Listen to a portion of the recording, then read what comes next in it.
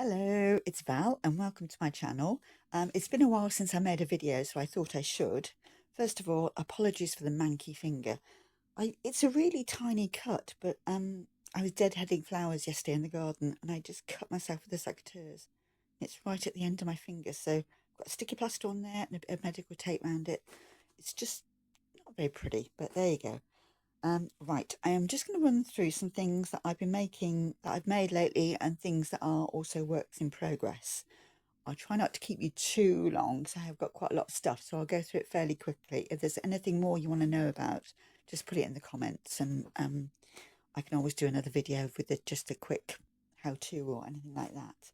So I have got my list here that I made, just so I remember everything. It's all jumbled up on the table in front of me.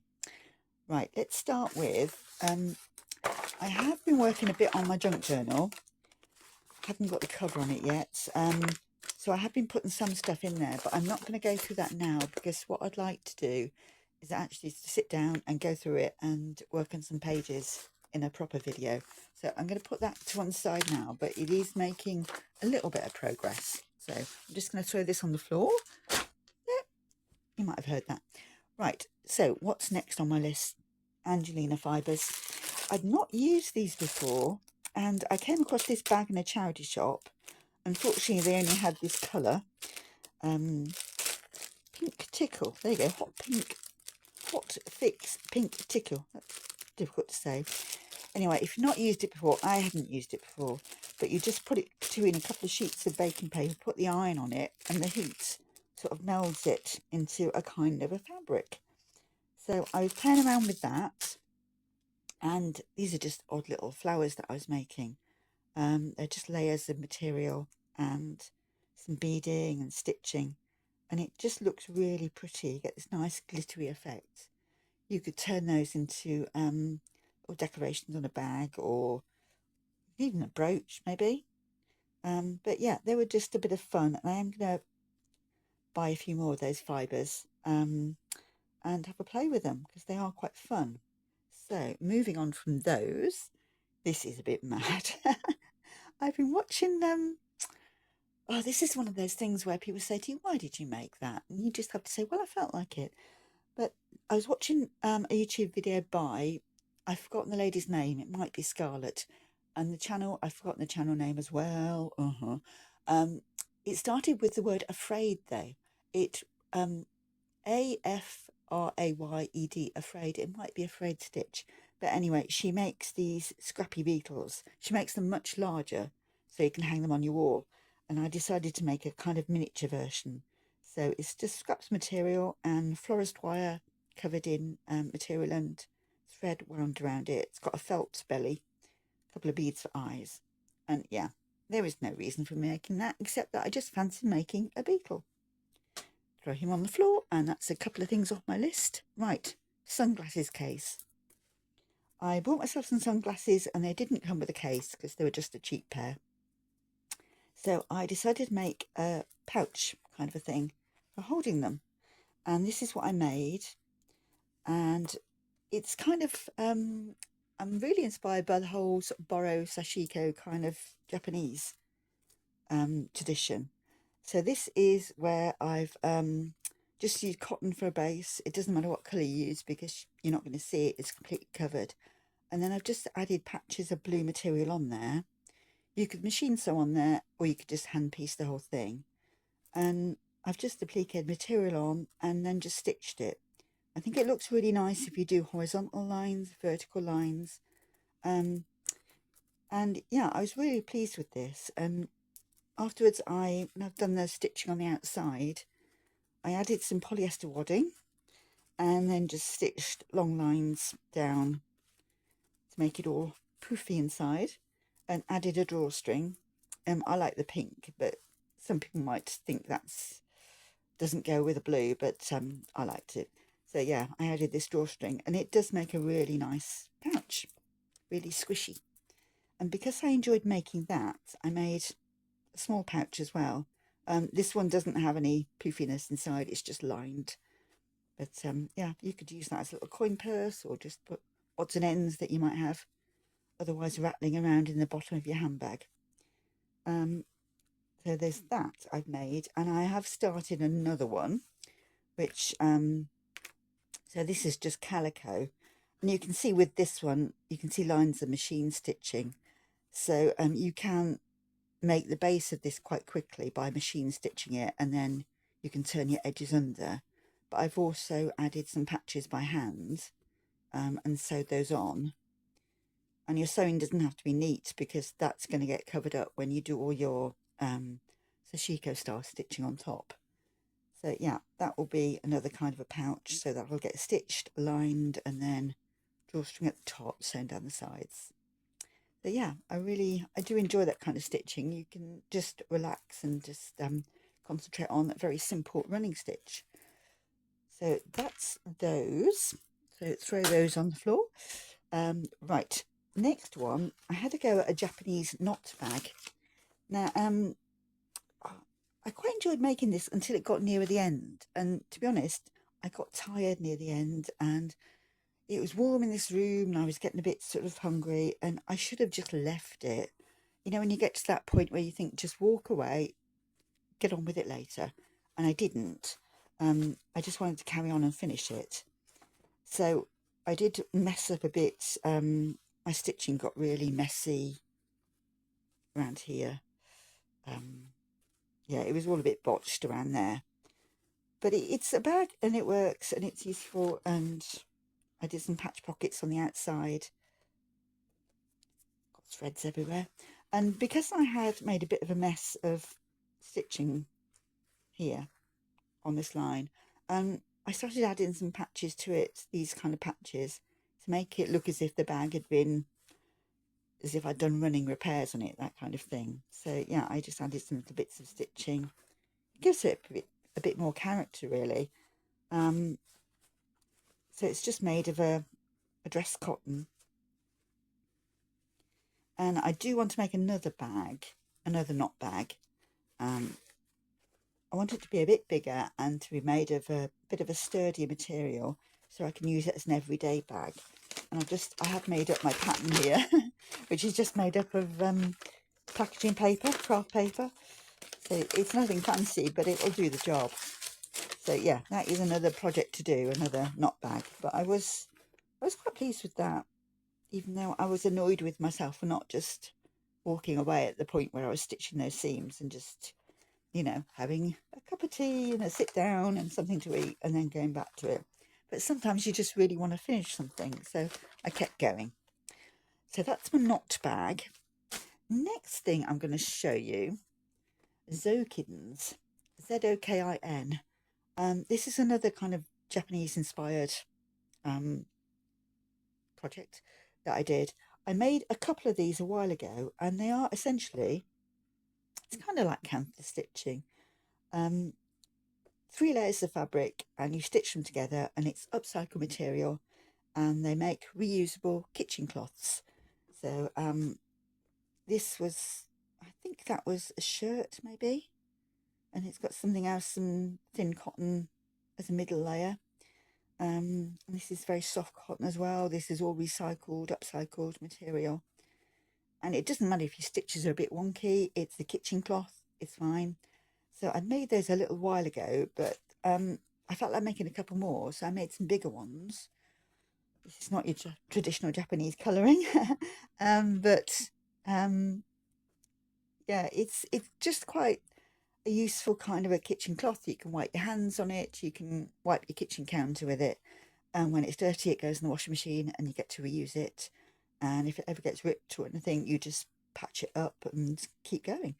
And that's a pillowcase on top that I cut up. It's got a bed sheet inside, and that's a lining from a piece of upcycled clothing that I'd have bought from a charity shop. And I am the kind of person that keeps little bits of ribbon if, you know, there's anything on a gift bag that you get given or anything like that. So yeah, just an odd bit of ribbon for a loop. And this is another one I made. That's a piece of upcycled clothing from a man's shirt, I think. It's got bed sheet in the middle, and that's from a pillowcase as well. And as you can see, it's not, I mean, it's not beautifully sewn. It's got zigzagging around the edge, and you know, it's not a work of art, but it's a useful kitchen cloth, and they're just handy to have around. I mean, you could even sort of fold it up a couple of times and use that as a trivet to put a hot pan on. So yeah, those are quite good, and it's just nice to have kitchen cloths that you're not buying, that are not plasticky, that you can just wash and reuse and reuse. So yeah, I like those. They're fun. Um, right, that leads me on to, this is one of my works in progress. I go to a craft group each week, and this is one of the things I take along with me. This is going to be a rice bag, and I've just made squares, 6-inch squares, and then I'm stitching into them lots. And that's going to be the 3 sides of my rice bag. So that will be the 4th, and then that will be the base. So that's something that's just really nice to work on and chat at the same time. So there's that. Right, what is next on my list? Yes, I treated myself to a new sewing machine. I've been battling on with the old one for a while, and it just wasn't a pleasure to use it. It's a temperamental machine, and it works, but grudgingly. So I finally treated myself to a new one, and it's lovely. It's a really nice model. It's got the automatic thread, automatic needle dropper. I don't know what you call it. You know, when your needle goes down and up, you can just press a button to make that happen. And it's got a free motion embroidery foot, and you can easily drop the feed dogs. And yeah, I love it. And it just makes stitching a pleasure. So I wanted to use that, try that out. So I thought I'd try it out with some machine quilting. And this was going to be a rice bag, but in the end just became a kind of fabric basket. And I used back to the 6-inch squares again, if I can say it, and I laid on a cotton background strips of sari silk, and then I just machine sewed over them in regular lines. And I love these really sort of jewel-like colours. They're so pretty. Yeah, so that was just my basket. I think, I can't remember if I used interfacing. I think I used interfacing on the base. I don't think I did on the basket because they're quite squishy kind of sides. But yeah, I just love the colours on that. They just appeal to me. And I thought I'd choose a contrasting fabric for the lining. That used to be a dress. That was a charity shop buy as well. It's a bit baggy and saggy, the lining, but it's fine. It's a basket. It doesn't matter that it doesn't fit perfectly. I'm fine with that. So there's that handy little basket I made. And that leads me on to just this little odd thing that I made. I don't really know what I'll do with this, but I had tiny little offcuts of these silk strips, and I just laid them onto this material, backing material, and then machine stitched over them and just started embroidering onto it as well. I just wanted to use even the tiny strips. I like the idea of a zero waste approach to sewing. I don't manage to achieve it, but I like the idea of it. So I was trying to use even the tiny bits of material, because we pay for this material, we buy it, we use our hard-earned money to pay for it, so we might as well get the value out of it, even the little teeny weeny bits. So there's that. Right, those can go to one side. Oh, my table is cleaning up nicely. Now, this is mad. I say that about quite a lot of the things I make. If I show them to people, I go, oh, this is a bit mad, you know, but I wanted a way to use up. It's where I've started embroidery and I've kind of stopped and not got any further with it. Like, this was a larger piece of material. I'd embroidered a bit of it and then decided I didn't like it, or I didn't want to continue for whatever reason. And I wanted a way to use up these little bits. So I thought I'll just make a wall hanging out of them. So I started gathering up all my odds and ends. And this is what this is my work in progress, and it is just all the odd bits. I've added some bits of material where I've painted them with Inktense or alcohol dyes. That's the kind of fabric that I made through using the water soluble sticky stabilizer. I think that's what it's called. It's where you get the 2 sheets and you sandwich something in between, then sew it, and then dissolve the stabilizer. And yeah, I've just got various sort of odds and ends on here.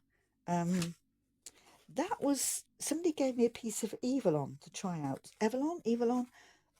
It's this fibre that is kind of, it feels a bit suede like, and I painted it, and I've used acrylic paint on it, and it's still soft to stitch into, so I've embroidered on there. That's that, but the rest of it is just I think that might be a bit of linen, bit of cotton, but yeah, it is gradually coming together. I don't know whether anyone else will look at this and like it, but I like it. I like all the mad colours. And I've just been doing this kind of I don't know what you call it. I call it an overstitch to join all the different pieces just to cover the raw edges. So yeah, I'm making that, and that will eventually be some kind of a wall hanging. I might keep that upstairs out of the way in my craft room so nobody else sees that and goes, "Oh my God, what have you got on your wall?" Right, so let's put those to one side. This table's looking much emptier. And lately, I've been going a bit patchwork crazy. I've been patchwork crazy before for decades, but I get phases where I do a lot of embroidery, and then I'll switch to junk journaling, and then I'll switch to gel printing, and then I'll go back to patchwork. Things come in waves.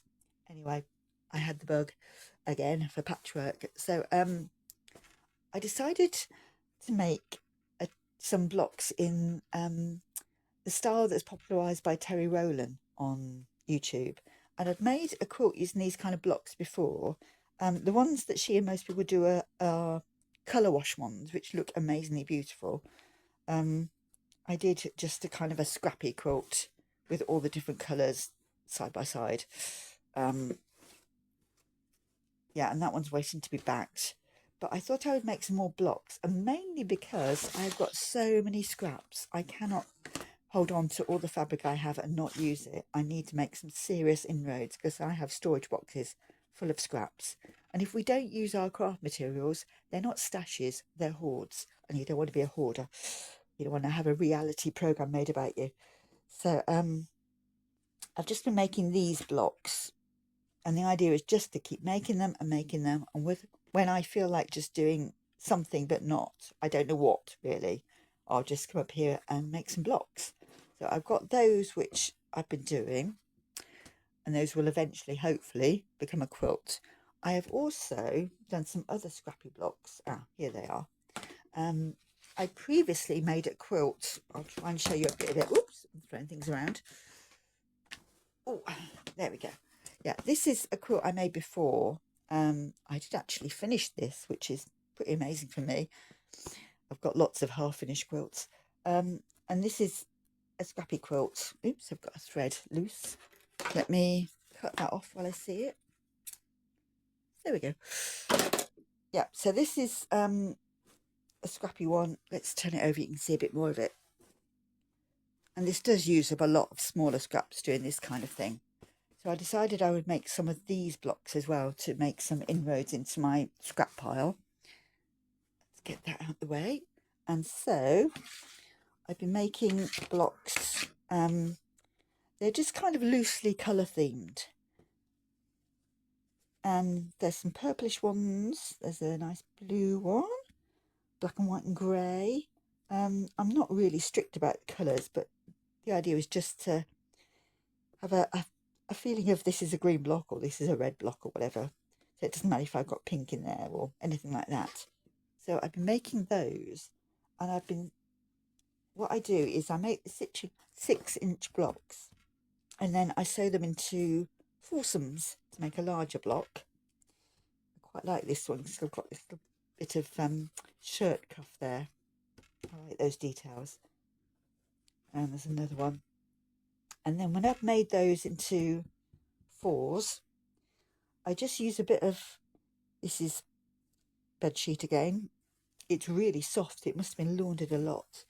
And I just then sew, I go around each shape and just sew running stitch around each because I like the look of that, the sort of the really handmade look of it, and it softens the lines of machine sewing where you've sewn your 6-inch blocks together. That's difficult to say, 6-inch blocks. Yep, so I've been making those, and then when I make those, I just sew them together and just keep making them and making them, and eventually you end up with a bedspread sized piece. I don't think I'll put any wadding batting with this. I think I will just put some backing material on and have it as more of a bedspread than a big poofy kind of a quilt. So yeah, I've been doing those blocks too.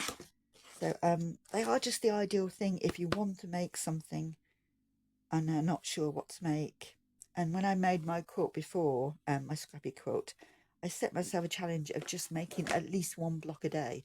I ended up making more, but you can do that. So you make progress by setting yourself a limit of, make at least a block a day.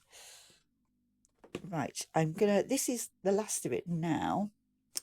And this is another way to use up my scraps, and this is another kind of a block. I really like a book called The Improv Handbook for Modern Quilters by Sherry Lynn Wood. I don't know if you come across this, but it's a gorgeous book. Really love it.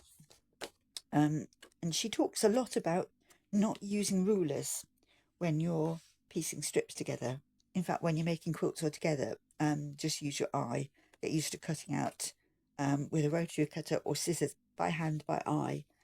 And yeah, it's a really beautiful book. I definitely recommend that. So I was reading that yesterday, and it got me thinking about making blocks out of strips. And so these are ones that I was cutting out yesterday. And I've been making these. These are waiting to be cut down into 6-inch blocks. And here are some of my blocks. A nice bit of selvage on that one. And a lot of this is upcycled material. There's even a bit of Christmas material in there. There's another selvage on that one. And you just make blocks. You can have them colour themed, but I just like the idea of just using anything. And if your strip is too short, you can add a little bit in. So those were another kind of block I'd be making. And then eventually, I was thinking of interspersing these pattern blocks with plain ones, just a solid plain colour. But I think I am just going for the over-the-top look of just assembling them like that. So it is just completely random what colours go next to what colours. So that gallop through my finished works and works in progress is pretty much what I've been up to for a while. So I'm going to leave you in peace now to get on with watching other videos. And I think I might go and have some lunch, actually. It's getting nearer lunchtime. So thank you for watching. If you have any questions about anything I've made or intend to make, or any comments or anything, you're very welcome to ask or comment, or thumbs up are nice as well. So, and thank you to anyone who's subscribed. I really appreciate it. So thanks a lot, and hopefully I'll be back soon with a junk journal video. So thank you for your time, and bye bye.